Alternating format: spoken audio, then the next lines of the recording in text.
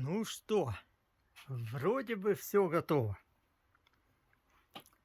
Готово к распиливанию вот этой 5/8 19 миллиметров пластины.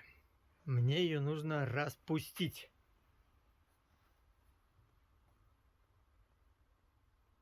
Сейчас посмотрим, как это будет выглядеть.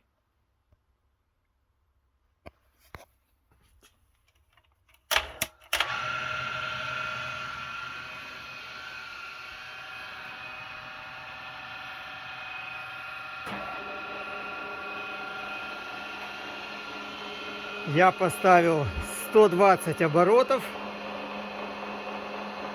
Думаю, вот этого будет достаточно. Пока буду вручную.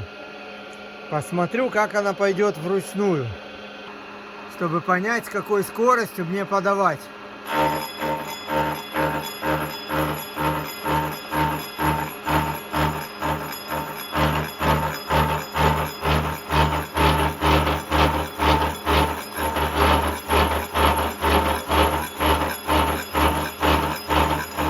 Так, ну, вроде бы на самой маленькой можно пилить.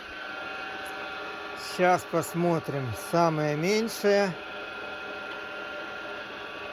Кстати, ниже я не могу уже опустить, потому что крепежные болты, вот те шпильки, я их и так подрезал, чтобы они не мешали.